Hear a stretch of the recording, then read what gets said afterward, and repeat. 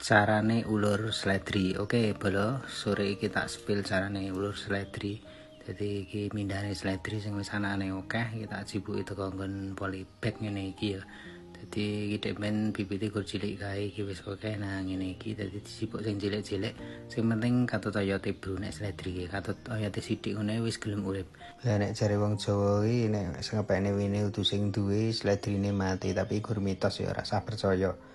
Nah, terus iki ngene iki dadi godhonge dikurangi supaya engko iki ora gampang mati.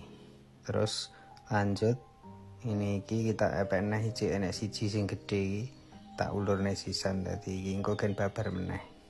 Nah, terus iki media taname ngene iki wis tak cepakne nganggo polybag ya mung barang-barang bekas ngene iki bekas minyak. Nah, terus tak tancep-tancepne ning nggon polybag ngene iki mediane gur sekam karo tanah ya dadi rabuke somben nek wis urip.